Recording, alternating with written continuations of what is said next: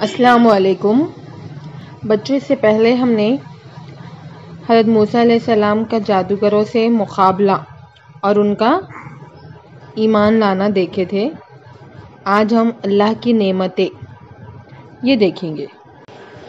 اللہ کی نعمتیں غرض اللہ تعالیٰ نے بنی اسرائیل کو صحیح و سالم سمندر کے پارے اتار دیا، مگر جب فرعون اور اس کے لشکروں نے ظلم اور شرارت کے لیے ان کا پیچھا کیا تو دیکھتے ہی دیکھتے سب غرق ہو گئے، اور یوں اللہ تعالیٰ نے ان کو باغوں، چشموں اور عالیشان محلوں سے نکالا، اور پھر ان ظالموں پر نہ آسمان رویا اور نہ زمین، اور بنی اسرائیل کو ان چیزوں کا مالک بنا دیا، اور اس لیے کہ وہ صبر کرتے تھے۔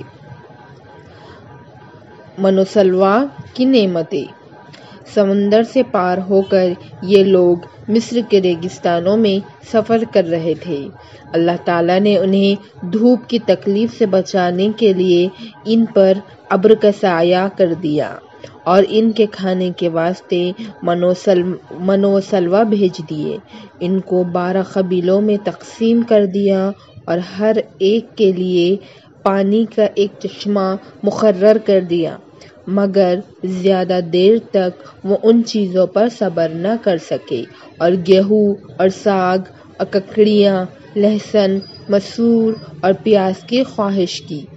حضرت موسیٰ علیہ السلام نے مجبوراً انہیں شہر جانے کی اجازت دے دی۔ حضرت موسیٰ علیہ السلام طور پر گئے کہ اللہ تعالیٰ سے تورات حاصل کرے۔ ان کو ان کی غیر حاضری میں ان کی قوم نے سونے چاندی کا ایک بچھڑا بنا لیا اور اسے پوجنا شروع کر دیا۔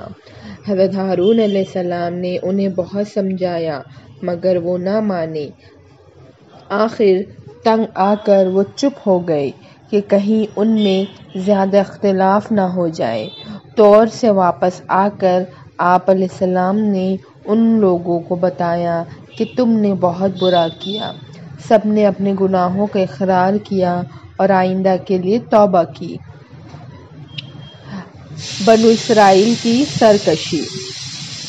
ایک مرتبہ بنی اسرائیل نے حضرت موسیٰ علیہ السلام سے کہا کہ ہم آپ کی کوئی بات نہ مانیں گے جب تک ہم اپنی آنکھوں سے اللہ تعالیٰ کو نہ دیکھ لیں۔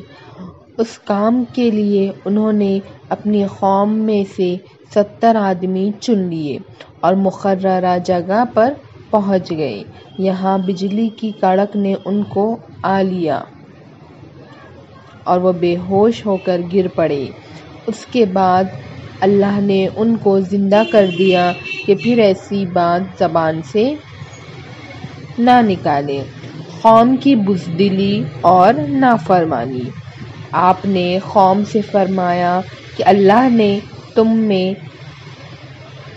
نبی پیدا کیے اور تمہیں آزاد کیا، اب تم ہمت کر کے ملک شام پر حملہ کرو اور تمہیں ضرور کامیاب کرے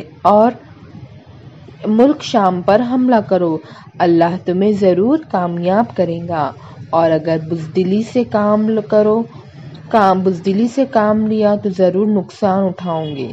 مگر ان لوگوں نے صاف انکار کر دیا اور کہا وہاں کے رہنے والے بڑے بہادر اور جواں مرد ہیں، اور اگر وہ اپنے آپ اس ملک کو خالی کر دے تو ہم ضرور اس ملک پر قبضہ کر لیں گے، ورنہ آپ جانے اور آپ کا خدا، ہم تو یہاں سے ایک انچ آگے نہیں بڑھیں گے۔ آپ ان کا جواب سن کر بہت ناراض ہوئے اور دعا کی، اے میرے پروردگار، مجھے اور میرے بھائی کو ان نافرمانوں سے الگ کر دے۔ اللہ تعالیٰ کی طرف سے ارشاد ہوا کہ تم ان بدبختوں سے رنج نہ کرو۔ ہم نے 40 سال تک ان کا داخلہ ملک شام میں بند کر دیا ہے، یہ جنگل ہی میں بھٹکتے پھریں گے۔ آج کا ہمارا عنوان ہے قوم کی بزدلی اور نافرمانی۔ قوم کی بزدلی اور نافرمانی۔ آپ نے قوم سے فرمایا کہ اللہ نے تم میں نبی پیدا کیے اور تمہیں آزاد کیا، اب تم ہمت کر کے ملک شام پر حملہ کرو، اللہ تمہیں ضرور کامیاب کرے گا، اور اگر بزدلی سے کام لیا تو ضرور نقصان اٹھاؤں گے۔ مگر ان لوگوں نے صاف انکار کر دیا اور کہا وہاں کے رہنے والے بڑے بہادر اور جواں مرد ہیں، اور اگر وہ اپنے آپ اس ملک کو خالی کر دے تو ہم ضرور اس ملک پر قبضہ کر لیں گے، ورنہ آپ جانے اور آپ کا خدا، ہم تو یہاں سے 1 انچ آگے نہیں بڑھیں گے۔ آپ ان کا جواب سن کر بہت ناراض ہوئے اور دعا کی، اے میرے پروردگار، مجھے اور میرے بھائی کو ان نافرمانوں سے الگ کر دے۔ اللہ تعالیٰ کی طرف سے ارشاد ہوا کہ تم ان بدبختوں سے رنج نہ کرو، وہ ہم نے 40 سال تک ان کا داخلہ ملک شام میں بند کر دیا ہے، یہ جنگل ہی میں بھٹکتے پھریں گے۔ اللہ حافظ۔